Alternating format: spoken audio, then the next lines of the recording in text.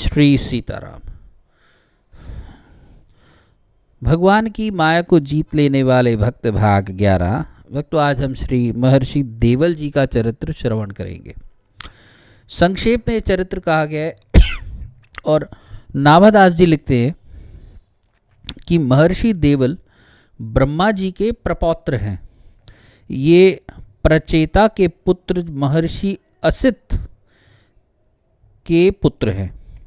तो महर्षि असित ने 100 वर्ष तक महर्षि असित ने 100 वर्ष तक भगवान शिव से प्राप्त भगवती राधिका के मंत्र का जाप करके उन्हें पुत्र रूप में प्राप्त किया था। यानी कि महर्षि असित ने 100 वर्ष तक राधा नाम या राधा मंत्र का जप किया, जो कि शिव से प्राप्त हुआ। उन्हें उस मंत्र को जप कर उन्हें जो है महर्षि देवल पुत्र रूप में प्राप्त हुए। महर्षि देवल ने फिर 60,000 वर्षों तक निराहार रह कर के तपस्या की। इनसे प्रसन्न होकर भगवान श्री कृष्ण भगवती राधिका सहित उन्हें दर्शन देने के लिए आए। भक्त श्रेष्ठ देवल ने उनकी स्तुति की और स्तुति करते हुए ही उन्होंने अपने उनके चरणों में गिरकर प्राण त्याग दिए। भगवान श्री कृष्ण ने स्वयं उनका दाह संस्कार किया और राधिका जी से कहा कि इनसे बड़ा मेरा भक्त ना कोई हुआ है और ना ही कोई होगा। महर्षि देवल की गणना अत्यंत प्राचीन धर्मशास्त्रकारों में भी की गई है। भगवद गीता में भगवत तत्व के ज्ञाता महर्षियों में महर्षि असित और देवल का नाम बड़े ही आदर भाव से लिया गया है।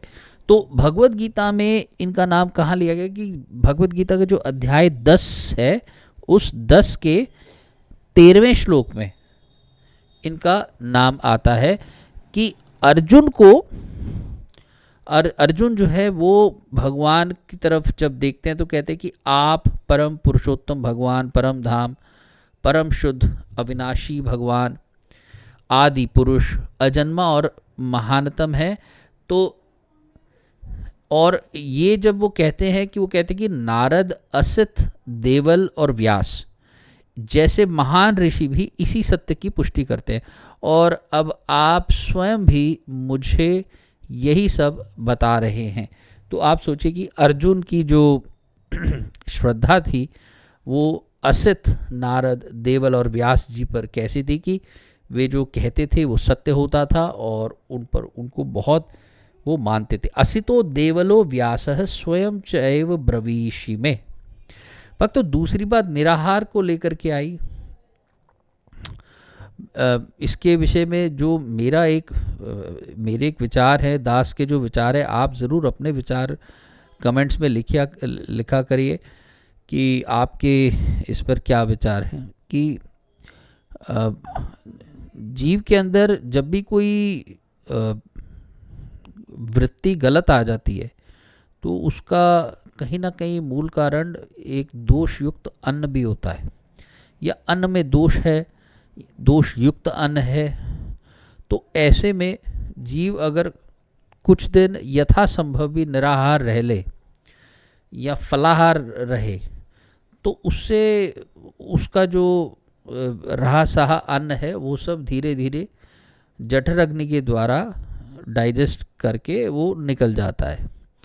और उसी अन्न के कारण पाप की स्फुरणाएँ उठती हैं जीव में, उसके चिंतन उठते हैं। और जब वो अन्न धीरे धीरे निकल जाता है शरीर से तो उसके बाद उसके पाप की वृत्ति भी शांत हो जाती है। ये एक छोटा सा अनुभव है दास का। आपके इस पर क्या विचार है मेरे को कमेंट सेक्शन में आप बताइएगा। और महर्षि देवल के विषय में इतना ही है भक्तमाल में। अगले भाग में हम श्री वैवस्वत मनु जी का चरित्र श्रवण करेंगे। तब तक के लिए वाणी को विश्राम दूंगा। जय जय श्री सीताराम। जय जय श्री सीताराम।